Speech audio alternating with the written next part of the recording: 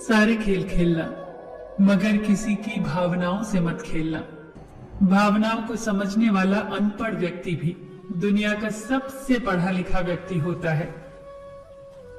हाथ की लकीरों पर नहीं, बल्कि हाथ की लकीरें बनाने वाले पर भरोसा करो। कभी मत भूलना कि इंसान का सबसे बेहतरीन दोस्त ईश्वर होता है। बहुत जल्दी मान जाता है, पुरानी बातें याद नहीं करवाता और कभी अपने दर से मायूस नहीं लौटाता।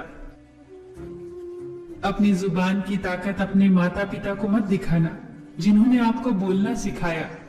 याद रखना कि औलाद के लिए माँ बाप वहां भी हाथ फैला लेते हैं जहां वो पांव रखना भी गवारा नहीं करते। संभाल कर रखी हुई चीज और गौर से सुनी हुई बात जिंदगी में कभी न कभी काम जरूर आती है।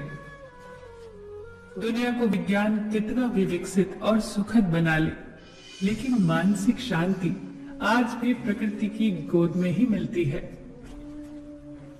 पहली बार मिला धोखा एक चेतावनी है, दूसरी बार मिला धोखा एक सीख है, लेकिन तीसरी बार मिला धोखा आपके गलत फैसलों का परिणाम होता है। संसार को व्यवस्थित रखने के लिए थोड़ा सा भय आवश्यक है। मृत्यु का भय जीवन की रक्षा करता है, गलती का भय सही राह पर रखता है, बीमारी का भय स्वच्छता की ओर ले जाता है और दुख का भय आपको नेकी के मार्ग पर रखता है। अगर मुस्कुराहट के लिए ईश्वर का शुक्रिया अदा नहीं किया, तो आंखों में आए आंसुओं के लिए शिकायत का हक कैसा। दुनिया में दान जैसी कोई संपत्ति नहीं, अच्छे स्वास्थ्य जैसा कोई आभूषण नहीं और संतोष जैसा कोई सुख नहीं।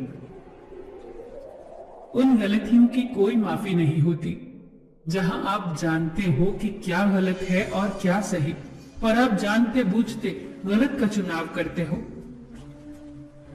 बड़े बनकर बातों को याद रखने से क्या हासिल, कभी छोटे बनकर बातों को भूलना भी सीखो।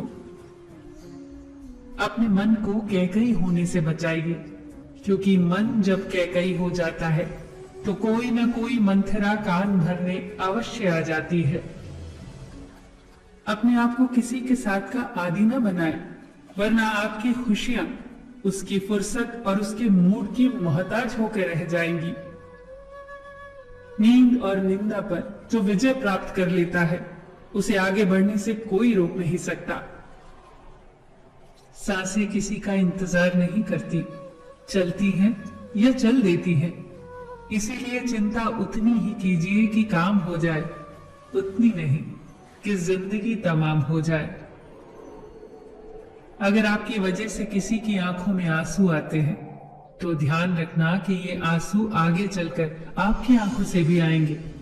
वक्त का पासा कभी भी बदल सकता है, इसीलिए वही सितम करो जो तुम सह सको।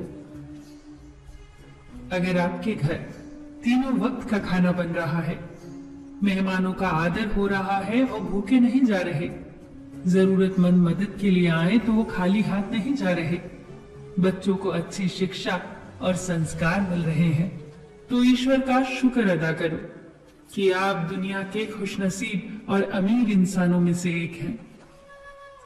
प्रशंसा हृदय से, हस्तक्षेप मस्तिष्क से, प्रतिक्रिया विवेक से करने में ही समझदारी है, अन्यथा मौन ही सर्वोत्तम है।